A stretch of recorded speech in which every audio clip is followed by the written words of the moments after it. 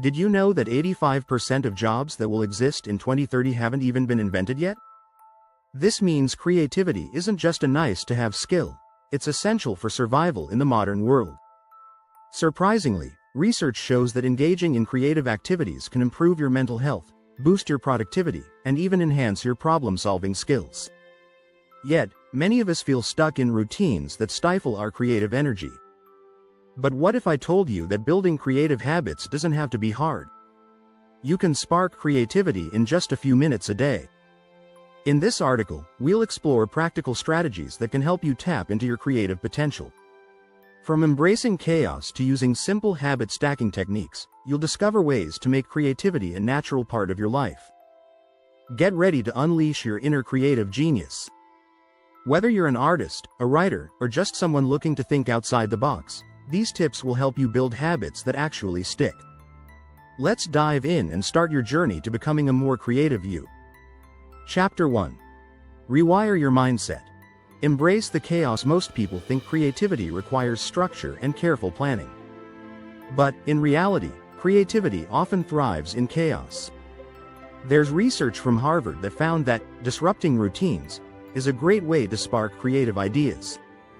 When your brain encounters unexpected challenges, it has to come up with new ways to solve problems, and that's where creativity kicks in.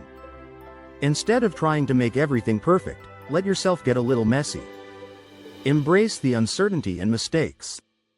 There's a famous quote from author Elizabeth Gilbert in Big Magic where she says, "Perfectionism is just fear in fancy shoes." She's right. The fear of imperfection often stops people from starting, but the truth is, nothing creative is ever perfect. One way to embrace chaos is to set aside creative playtime. Try a 30-minute session where you experiment with no specific goal in mind. Think of it like a brainstorming session where no idea is too weird or too big. This taps into divergent thinking, which research shows is key to coming up with fresh ideas. Let yourself think wildly, and you'll notice more creativity flowing into your work. Chapter 2. Curiosity over consistency. Ask better questions. We're often told to be consistent with our creative habits. But creativity isn't about doing the same thing every day, it's about staying curious. Think about the most creative people in history, like Leonardo da Vinci or Steve Jobs. They weren't just consistent, they were insatiably curious. They questioned everything.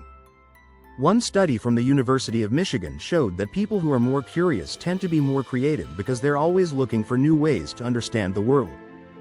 So instead of stressing about doing the same routine every day, focus on asking better questions.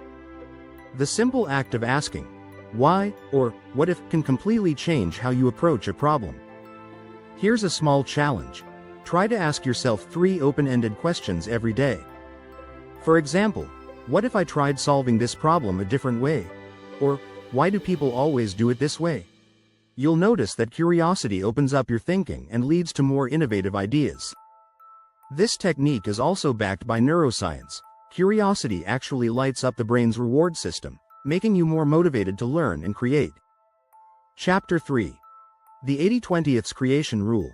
Balance intention and spontaneity. It's easy to burn out when you're trying to be creative all the time. That's why the 80-20 rule can help. Known as the Pareto principle, it says 80% of your results come from 20% of your efforts. Apply this to your creative habits. Spend 80% of your time on intentional, focused work, and 20% on spontaneous, unstructured play. Author Austin Kleon, in Steal Like an Artist, talks about the importance of productive procrastination. It sounds counterintuitive, but letting your mind wander during that 20% can lead to breakthroughs. When you're working intentionally 80% of the time, you're laying a foundation for creativity. But it's in the spontaneous moments that real magic happens. To make this work, schedule time for both. Block out 80% of your creative hours for structured projects or goals, and let yourself play with the remaining 20%. This might mean doodling, daydreaming, or working on a side project that has no deadlines. Studies show that these periods of unfocused creativity often lead to more insightful ideas because the mind connects dots that wouldn't normally connect. By balancing intention with play, you're less likely to burn out and more likely to stay creatively fresh over time, The goal isn't to work harder but to work smarter, and this balance helps make creativity sustainable. Don't forget to subscribe. Stay tuned for more tips on how to unleash your creativity and build habits that last. Chapter 4. Micro Challenges. Gamify your creativity. If you want to make something stick, make it fun. Gamifying your creative habits turns the process into something exciting rather than a chore. Small, daily wins can add up to major progress, and this is where micro-challenges come in. Instead of tackling huge projects, break them down into bite-sized tasks that you can complete every day. There's actually research to back this up. A study published in Personality and Social Psychology Bulletin found that people are more likely to stick with new habits when they're rewarded with small victories. This is the basis for micro-challenges. Set yourself a daily goal that feels achievable, like drawing one doodle a day or writing 100 words every morning. James Clear, author of Atomic Habits, writes that every action you take is a vote for the type of person you want to become. By setting up these micro-challenges, you're casting votes for becoming a more creative person every day. The best part? The rewards don't have to be big. Just checking something off your list can be enough to motivate you to keep going. Also, consider adding a competitive edge. If you're someone who thrives on a bit of competition, turn your creative challenges into a friendly game with yourself or others. Maybe you can challenge a friend to see who can complete their creative task first, or use an app like Habitica to track your goals and earn points. Chapter 5. Habit Stacking. Pair creativity with daily routines. One of the easiest ways to build a new habit is by pairing it with something you already do. This is called habit stacking, and it's a technique popularized by James Clear in Atomic Habits. The idea is simple. Take a habit you already have, like drinking coffee in the morning, and stack a creative activity on top of it. For example, if you drink coffee every morning, use that time to write down a new idea, sketch, or brainstorm. This works because your brain already recognizes the existing habit, so adding something new to it feels more natural. You're essentially piggybacking on a behavior that's already ingrained in your routine. In fact, a study from the European Journal of Social Psychology found that it takes an average of 66 days to form a new habit. By attaching creativity to something you already do, like brushing your teeth or eating lunch, you're giving yourself a head start. It doesn't feel like an extra task, it becomes part of your day. Here's a practical tip. Look at your daily routine and identify where you can squeeze in a creative habit. Do you take a walk after work? Maybe listen to a podcast that sparks creative ideas. Do you have a few minutes before bed? Try journaling about your thoughts for the day.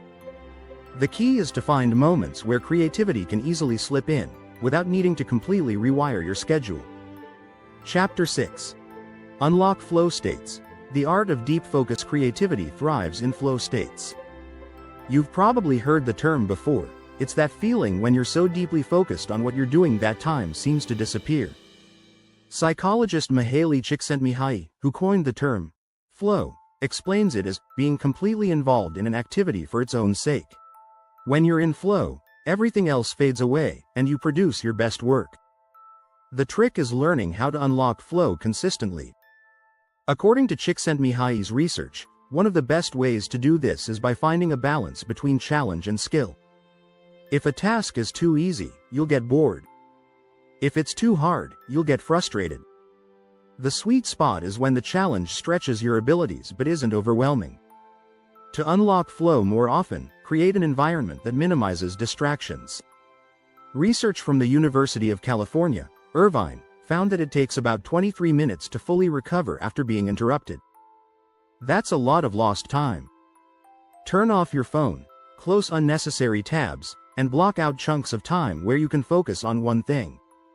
Also, set clear goals for your creative sessions.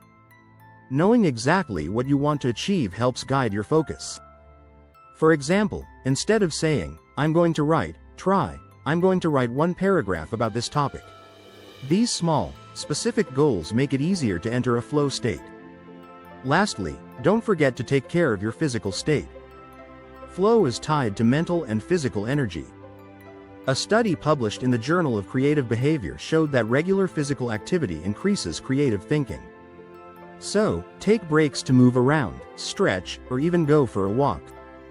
You'll come back to your work refreshed and ready to dive back into that flow state. Subscribe for more.